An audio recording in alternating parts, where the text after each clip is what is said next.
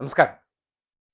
അർജുനു വേണ്ടിയുള്ള തിരച്ചിൽ 7ാം നാൾ അവസാനിക്കുന്ന ഘട്ടത്തിൽ ആ അമ്മയുടെ ഒരു പ്രതികരണം ഇന്നിപ്പോ വൈകിട്ട് മാധ്യമങ്ങളിൽ കാണാനിടയായി. ഈ ഹൃദയം പൊടിഞ്ഞു പോകുമെന്ന് നമ്മുടെ നാട്ടിൽ പറയുന്ന അവസ്ഥ എത്ര കറക്റ്റാണ്. കഴിഞ്ഞ 7 ദിവസമായിട്ട് മകനെ കാത്തിരിക്കുന്ന ഒരു അമ്മ ഒടുവിൽ ഇവിടുത്തെ സംവിധാനങ്ങൾ മുഴുവൻ പരാജയപ്പെടുന്ന സന്ദർഭത്തിൽ ആ ഒരു അവസ്ഥയെ പഴിച്ചുകൊണ്ട് അവർ പറഞ്ഞ വാചകമുണ്ട്. എൻ്റെ മകനെക്കുറിച്ച് എനിക്കറിയാം. മാനസികമായിട്ടുള്ള ഒരു അടുപ്പമാണ്, അല്ലെങ്കിൽ ഞങ്ങൾ മനസ്സുകൊണ്ട് സംസാരിക്കുന്നവരാണ്, ഞങ്ങൾ സുഹൃത്തുക്കളായിരുന്നു. അവസാന നിമിഷങ്ങളിൽ അവനെക്കുറിച്ചുള്ള ചിന്തകൾ എൻ്റെ ഉള്ള് തകർക്കുന്നുണ്ട്. അതിനെക്കുറിച്ച് ആലോചിച്ച് എൻ്റെ മുഴുവൻ സഹനവും നഷ്ടപ്പെടുന്ന ഒരു അവസ്ഥയെന്ന് അവർ പറയുമ്പോൾ ആ പ്രതികരണം നിങ്ങളെ കേൾപ്പിക്കണമെന്നുണ്ട്. പക്ഷേ കോപ്പിറൈറ്റിന്റെ ഇഷ്യൂ ഉള്ളത് കൊണ്ടാണ് ആ അമ്മയുടെ പ്രതികരണം ചാനലുകൾ കൊടുത്തത് നിങ്ങളുടെ മുന്നിൽ കാണിക്കാത്തത്. എന്നാലും അതിനെക്കുറിച്ചൊന്ന് എക്സ്പ്ലെയിൻ ചെയ്യണമെന്ന് തോന്നി. നമ്മുടെ നാട്ടിൽ ഈ നഷ്ടപ്പെടലുകൾ ഉണ്ടാക്കുന്ന വേദന അത് എത്രമാത്രം തീവ്രമാണെന്ന് ആ വാചകങ്ങളിൽ ഉണ്ടായിരുന്നു. വലിയ പ്രതീക്ഷയായിരുന്നു 5ാം ദിവസം മുതൽ അർജുന്റെ മിസ്ഡ് കോൾ വന്ന സന്ദർഭം തൊട്ട്. ആ വണ്ടി ഓണാണ്, ഒപ്പം GPS സംവിധാനത്തിലെല്ലാം ഈ മണ്ണിന്റെ അടിയിലുണ്ട്, അദ്ദേഹത്തിന്റെ ഫോൺ റിങ് ചെയ്യുന്നുണ്ടായിരുന്നു. അങ്ങനെയുള്ള പല പ്രതീക്ഷകളിലൂടെ കടന്നു പോയപ്പോഴും നമ്മുടെ ഒരു നാട് ഒന്നിച്ച് ആ ജീവന് വേണ്ടി ഒറ്റ സ്വരത്തിൽ ആവശ്യമുന്നയിക്കുകയും കൂടി ചെയ്തപ്പോൾ കടുത്ത സമ്മർദ്ദമുണ്ടായതിന്റെ അടിസ്ഥാനത്തിൽ കർണാടക സർക്കാർ അവസാനം ഒന്ന് അനങ്ങി. അല്ലെങ്കിൽ നമ്മുടെ നാട് വിട്ടു കഴിഞ്ഞാൽ ഒരു മനുഷ്യ ജീവന് കൊടുക്കുന്ന പരിഗണന എത്രത്തോളം ഉണ്ടെന്ന് ആ അമ്മയുടെ വാക്കുകളിലുണ്ട്.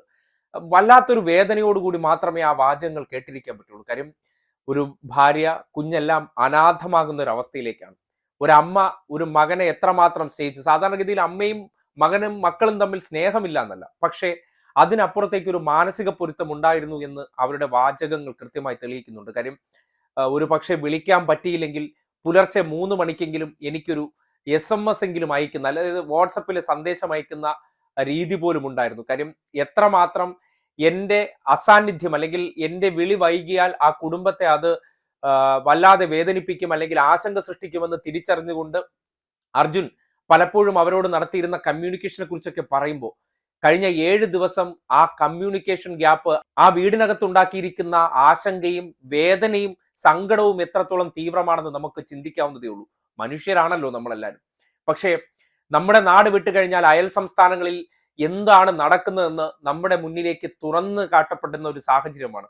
നമ്മുടെ നാട്ടിൽ ജനിച്ചതിൽ അഭിമാനം കൊള്ളേണ്ട ഒരു സന്ദർഭമാണ്.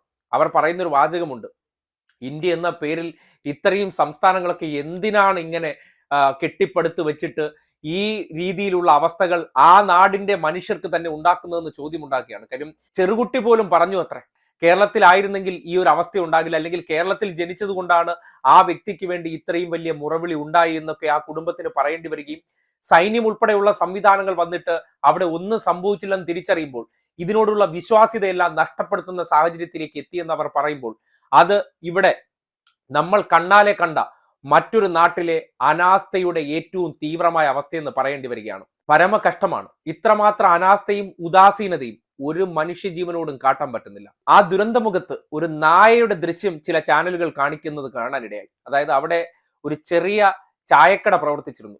ഈ റെസ്റ്റ് ചെയ്യുന്ന ടാങ്കർ ലോറിക്കാരോ അല്ലെങ്കിൽ മറ്റുള്ളവർ വന്ന് ചായ കുടിച്ചിരുന്ന ഒരു ചെറിയ കട. ആ കട നടത്തിയിരുന്ന വ്യക്തി വളർത്തിയിരുന്ന നായയാണ്. അത് ആ തെരച്ചിലിനൊപ്പം കൂടുകയാണ്.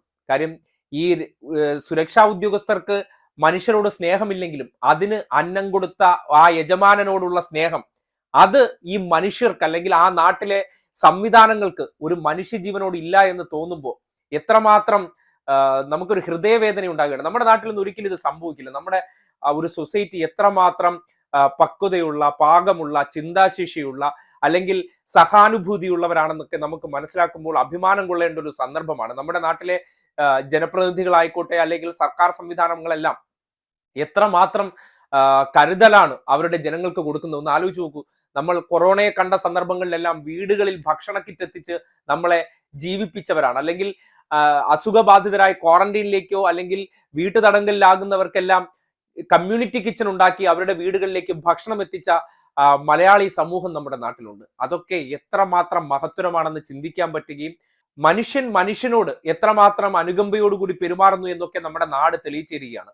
ആ അമ്മയുടെ കണ്ണീര് നിങ്ങളുടെ മുന്നിൽ കാണിക്കാൻ പറ്റാത്തത് നേരത്തെ പറഞ്ഞതുപോലെ ഒരു കോപ്പിറൈറ്റ് സ്ട്രൈക്കിന്റെ അവസ്ഥ ട്രീ കട്ടർ ചാനൽ തന്നിരിക്കുന്നതുകൊണ്ടാണ്. അപ്പോൾ അത്തരം വാർത്തകൾ, ദൃശ്യങ്ങൾ ഒഴിവാക്കിക്കൊണ്ട് കാര്യങ്ങളെക്കുറിച്ച് വിശദീകരിക്കണം എന്ന് കരുതുകയാണ്. കാര്യം അത്തരം കാര്യങ്ങൾ ഇനിയിപ്പോ ചാനലിനെ സംബന്ധിക്കുന്നിടത്തോളം ഒരു പ്രതിസന്ധി ഉണ്ടാക്കും, അല്ലെങ്കിൽ ചാനൽ പൂട്ടിപ്പോകുന്ന അവസ്ഥയിലേക്ക് കാര്യങ്ങൾ വരുന്നത് കൊണ്ട് അത്തരം ദൃശ്യങ്ങൾ ഒഴിവാക്കിയായിരിക്കും ഇനിയിപ്പോൾ കാര്യങ്ങൾ വിശദീകരിക്കുക. എന്തായാലും നോവുന്ന ആ പ്രതികരണം ഉള്ളുലച്ചിട്ടുണ്ട്. കാര്യം ഞാനും ഒരു മകനാണ്, ഒരു ഹസ്ബൻഡാണ്, ഒരു പുത്രനാണ്, ഒരു അച്ഛനാണ്. അപ്പോ ആ നിലയ്ക്കൊക്കെ നോക്കുമ്പോൾ അർജുൻ എന്ന വ്യക്തിയുടെ സ്ഥാനത്ത് നിന്ന് ചിന്തിക്കുമ്പോൾ എത്രമാത്രം നോവാണ് ആ വിയോഗമെന്ന് കൃത്യമായി അനുഭവിക്കാൻ കഴിയുന്നുണ്ട്. അത് ആ അമ്മയുടെ വാക്കുകൾ വല്ലാതെ ഹൃദയം പൊടിച്ചത് കൊണ്ടാണ് അതിനെക്കുറിച്ച് ഇത്രയെങ്കിലും പറയണമെന്ന് തോന്നിയത്.